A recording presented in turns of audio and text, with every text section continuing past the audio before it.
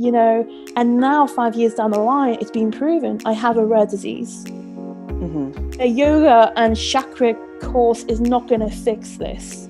And if it is, give me 2, 6, 12 months worth of courses, because I'll take them, very, very happily take them. So hi everybody, welcome back. We're highlighting community members from the Biohacking and Genetic Engineering Design Group. And today I'm here with a fantastic special guest named Nell. Hi Nell. Hello. Nell is fantastic. I really miss chatting with her.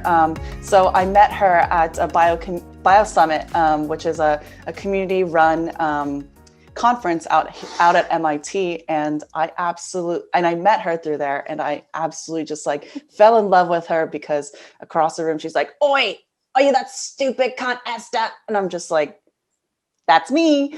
And so like she's a really great leader in our community. She has lots of strength and resilience, and I've been following her for quite some time with her various projects, abroad especially, and she's been a really great friend of mine, throughout the years that I've known her, and it's really fantastic to talk to you at this moment, Nell. So welcome.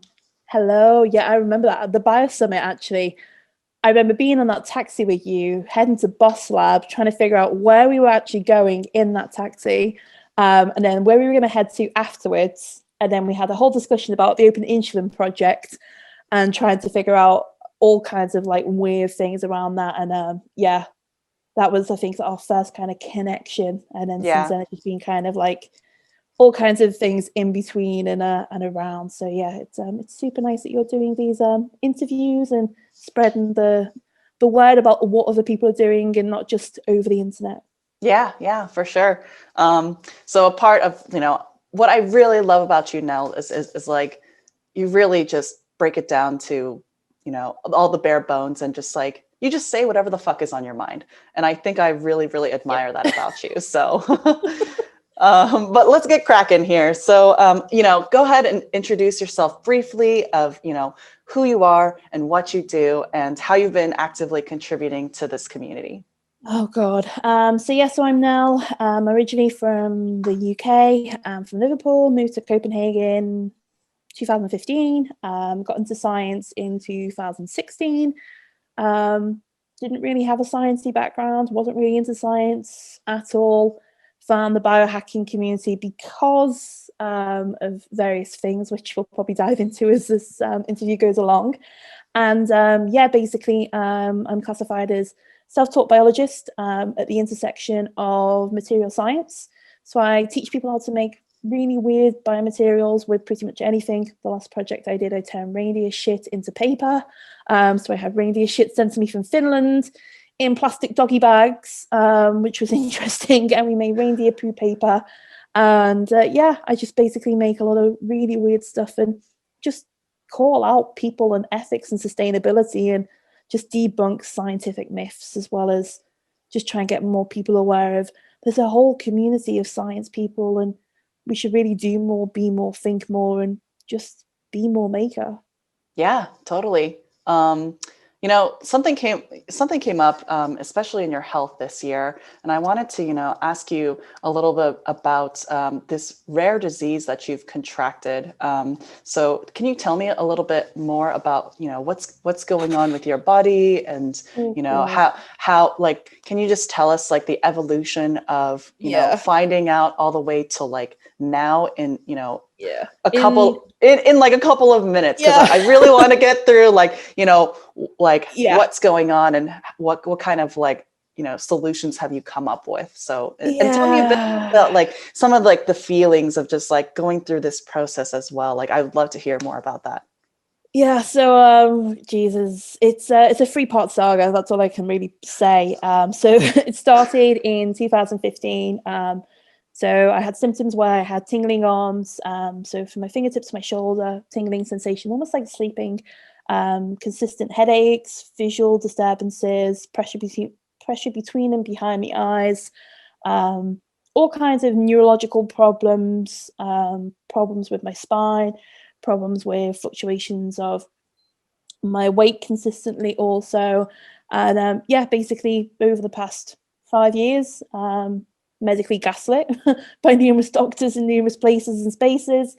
And as of January 28th of this year, it all came to a big grinding what the fuck. And I was diagnosed with benign intracranial hypertension, which is a rare disease. Basically, the spinal fluid in your body, basically that regulates everything, your brain and so on, and yeah, just basically your body.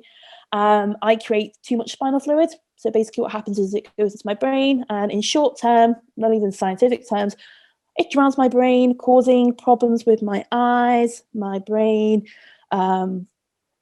my organs, and yeah, basically I'm just a whole ball of mess. That's all I can really explain. It's a mess. Mm-hmm. And one of the main problems I have is that it puts so much pressure on the eyes and the optic nerves. If you imagine an elastic band, it stretches all the time. So it pulls and stretches because of the pressure, and then it gets to a point where it overstretches and it can't be refixed, and basically you become blind. So that's what's happening to me at this moment in time. I'm on medication, a lot of medication.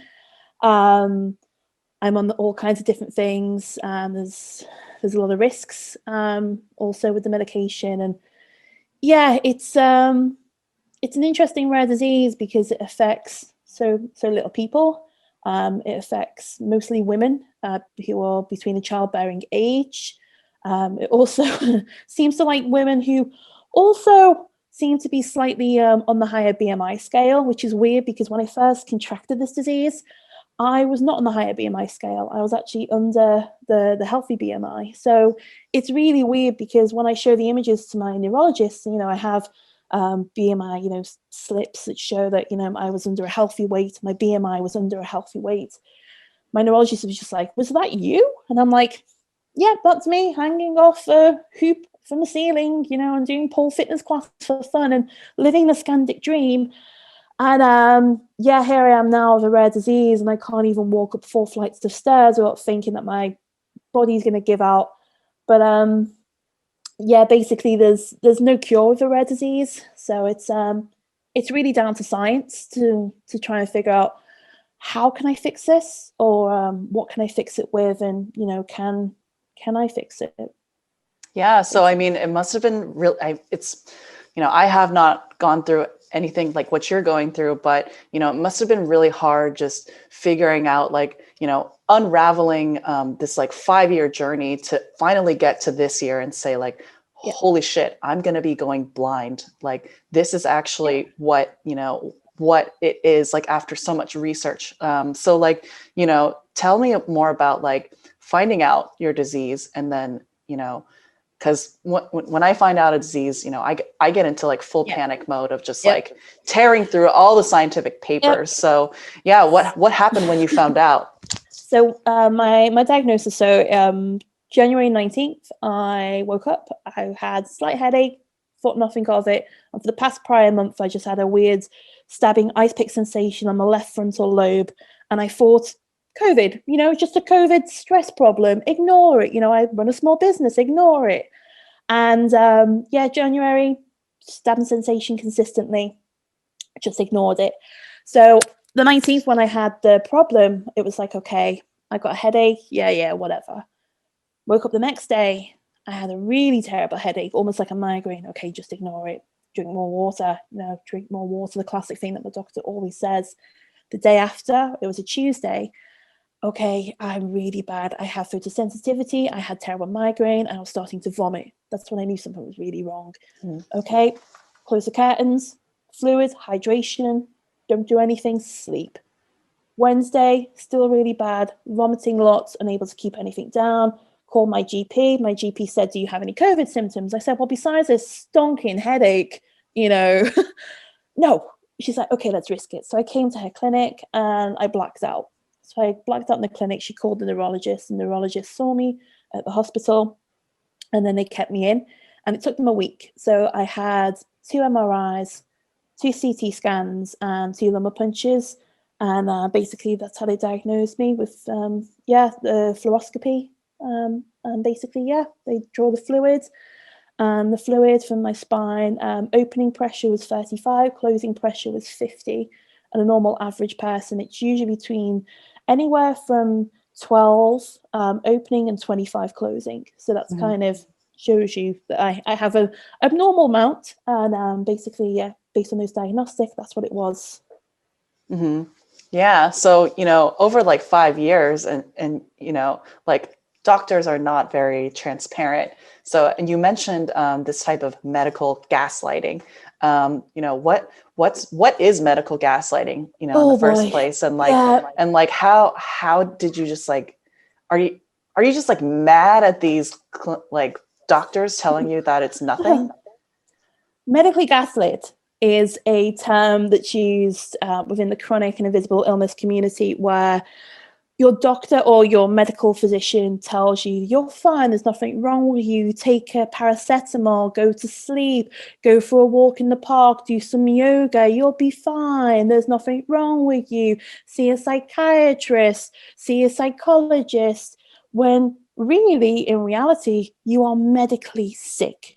So I was forced to see a psychiatrist. The psychiatrist said, you don't score anywhere on our list. There's no anxiety. There's no depression. I was forced to see a psychologist. The psychologist said, well, how are you dealing with all of this?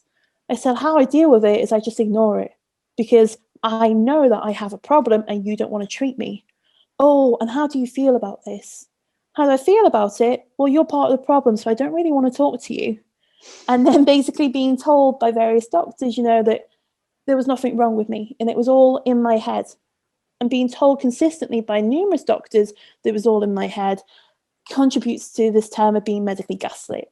So it's something that happens a lot within the system, and especially women who are very sick. Usually they're told, oh, you'll be fine, go for a walk in the park, do some yoga, align your chakras. And it's like, a yoga and chakra alignment isn't going to cure me. And now 5 years down the line, it's been proven I have a rare disease. A yoga and chakra course is not going to fix this. And if it is, give me 2, 6, 12 months worth of courses, because I'll take them, very, very happily take them. But I know that's not going to work. Scientifically proven that's not going to work. So, Yeah. It's kind of, yeah, it's disheartening to a degree, because you ask for help and you don't get the help, but now you're in a situation where you're also angry because you didn't get the help when you first asked. Right. I mean, if they'd have helped me when I first asked, I wouldn't have all the problems that I would have had. Well, all the problems I have now currently, but also I wouldn't be battling to, save my eyesight. I wouldn't be battling to, stay in a country that I've lived for 5 years. I wouldn't have got a deportation letter in 2019 when I was sick.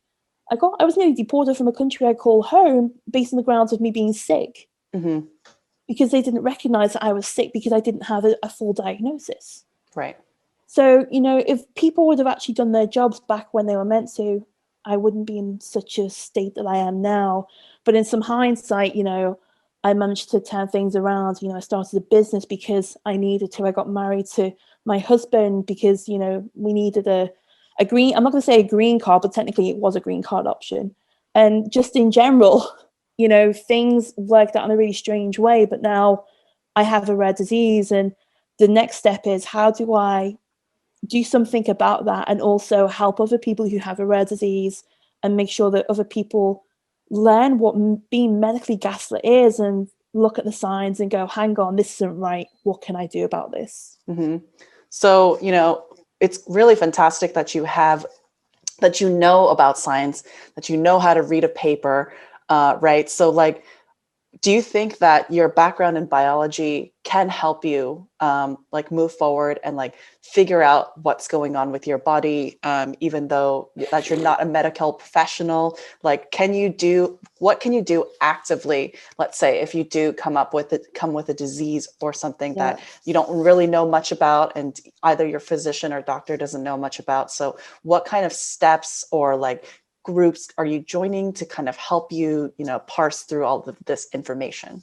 The best thing that you can do really is use Sci-Hub. I mean, go onto Sci-Hub.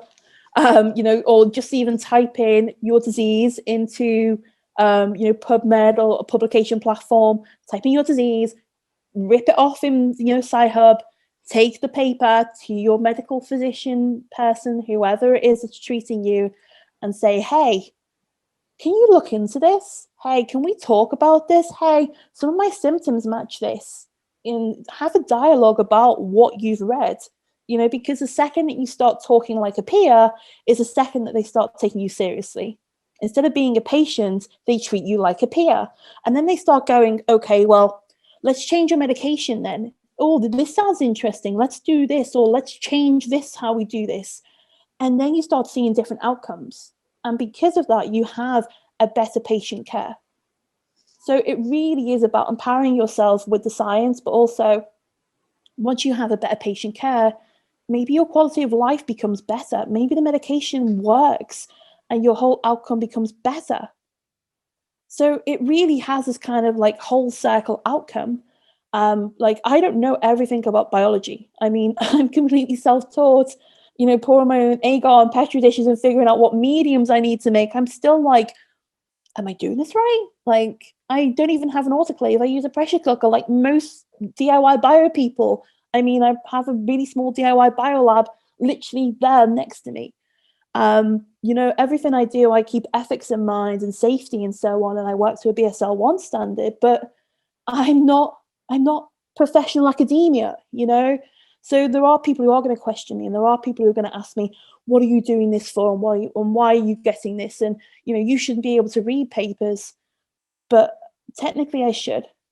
Science is a fundamental human right, and everyone has the right to do science. Whether you know about science, whether you can do science, whether you can access science, that's a different thing. But we have tools out there that you can actually use right now to empower yourself to do better and to learn better. Yeah, and I think that's a really important point of just, making sure that communication is very open with your physician and also you, especially nobody's here to hold your hand and say it's okay to go through this. It's really your initiative to really and find this type of information, to ask the correct questions, right? So yeah. I really, really admire that about you. It's just that you take so much initiative to back your illness and to make sure that everybody else, and empower people to know that they have a say in what their future looks like. I think that's the most important part, right? It's one of the things that when we did the stuff at MIT, one of the things that we got taught is if I'm not for myself, then who am I for? And it's so true. If I'm not for myself, if I'm not empowering myself, and I'm not trying to fix the situation and the card that I've been dealt, then am I going to help other people fix their own situation? I can't be this person trying to lead the change if I can't even change the situation that I'm in, Exactly. And that, I think that is kind of the thing that all of us need to look into ourselves and say, okay, we're trying to change the things around us, but we can't even change the things that, being dealt to us. Yeah, certainly. And I heard you have some kind of project that you're brewing up behind there. It's by the way, she's literally in her lab space right now. But yeah, makerspace, lab space, dusty, COVID-free space. I mean, we can't have anyone because of COVID, so it's like I've got spider webs in places. I'm just like, I'll get some at some point. But yeah. So me and some other people who have rare diseases, we're starting a platform called Rare Searching. And Rare Searching is basically about, again, empowering people who have invisible and rare diseases to go and seek better patient care. Also, basically just trying to get better medical assistance in general for people who are chronically sick, invisible disease and disabled, because, yeah, you deserve it. If you have something like that, you deserve it. And with the onset of long COVID symptoms, there are going to be more people who are going to be part of that community, a minority spectrum, I'm going to say. And it is a spectrum because we have people who are going to have a variety and plethora of symptoms who will not just fit into one category bracket. So one of the things we want people to do is to be able to go onto a forum, basically, and to be able to go and say, hey, I've been diagnosed with this, and can I talk with somebody? Hey, you know, I need access. Where can I get this from? Hey, does anyone know about this? Or hey, can someone just talk with me over WhatsApp? You know, is anyone awake? You know, kind of thing. Because again, it's really sad when you're alone with a rare disease. Like, I'm in Copenhagen. I don't know anybody else around me with a rare disease like mine. I know people who have, you know, POTS, ME, chronic fatigue syndrome, but I don't know anyone who has benign intracranial hypertension. And that's really sad, because, you know, it's not like you have someone you can talk to and compare, like, how's your day been, you know? So that's what we kind of want to do with the rare searching platform, is basically just trying to, again, empower people to make informed decisions and choices in spaces and places. I love that. That's so nice. Yeah, I definitely think that there needs to be a very specific community just inside of the biohacking group, because I get so many emails of saying, hey, I have this like rare illness, or I have this illness. Can biohacking help? And, you know, I'm always very hesitant, very hesitant to give them advice, because obviously most of us are not medical doctors, right? And to get treatment, is like the medical doctors. So like, and you know, I can't do that. The community can't do as well is, you know, we can't sell snake oil. We are not going to sit there and say we will fix you, we will, you know, you'll cure your cancer. We're not going to do that. Exactly. And if that's what you're coming to seek, then you've come to the wrong place. And that's one of the things that we kind of try and highlight in, you know, the ethical side is like, hey, we are all here with actual diagnosis, because there's a lot of people on the internet who come in like, oh, I think I have this, which is fine. Everybody thinks they have something, but we want people who have actual diagnosis, who want to form a community, who need advice, to be part of that talk. And also, when you do have a disease, going on into a group where, you know, oh, I think I have this, you know, and it sounds like I'm dying. It's really goddamn scary. You know, that's the first thing that happened to me. When I found out I had this disease, I got diagnosed in 4 A4 sheets of Danish, and I had to go onto Reddit to read more about my disease. And on Reddit, there's people there talking about, you know, how their brains have hydrocephalus and how they're blind in one eye. And I'm like, no one told me that this is going to happen, you know, and I'm having to read this off a forum, basically. So we want to just make it aware to people that, you know, we are not medical professionals. We cannot cure you, but what we can do is empower you to go and seek the right educational help and the right medicine, or whatever it might be, from the people who can do that. Awesome. Thanks, Nels. It's really it's really fantastic talking to you about this. You know, she does run a small business out in, oh my God, Copenhagen. You're in Copenhagen. That's right. Yeah. Called Little Pink Maker. I highly recommend you check it out. She sells education for heats. What's heats, by the way? Yeah, heat. So heat, the STEAM and STEM, and trendy. But I do heats. So heats is history, engineering, art, technology, and sustainability. And it's basically what I like to call a mix of all the good stuff and none of the bullshit. Because it really is a mix of all the good stuff and none of the bullshit. Because you get really hands-on and you learn about all the science and the history and the engineering and the technology and sustainability at the same time. So yeah, I make educational kits that we ship out worldwide. And right now the website is having a bit of a rebrand and a big kind of refix. So yeah, there's going to be a lot of stuff going up really soon. Hopefully, cool. Fingers crossed. Awesome. Thank you. So everybody check out Little Pink Maker. I'll have all the links down below in this video, and also be on the lookout for the rare sharing project. Is rare sharing project? My bad. It's rare sharing and then rare searching. So rare searching is actually the full terminology, but rare sharing is kind of like the full disclosure noun that we use. But yeah, I know it's a bit like but yeah, we've actually got a friend of a friend who's actually making some t-shirts and like a dictionary pronoun like about it as well, so people can actually understand what it means too, because yeah, it needs to be out there. Yeah, love that. So yeah, there will be a Patreon up just for that project alone, so be sure to contribute, you know, to the rare disease community. Really, like, we stand beside you with solidarity. You know, you intermingle with different types of communities, but just know that the biohacking group is really fully behind you, and we really appreciate you sharing this type of story with us. No, and thanks for having me. And yeah, if anyone does have any questions, or you know, you want to be put in contact with other people who have rare diseases, there are different platforms and people, please do reach out to me, because again, sharing is caring, and empower yourselves to just be more, do more, think more, and be more maker. Great. Thanks, Nell.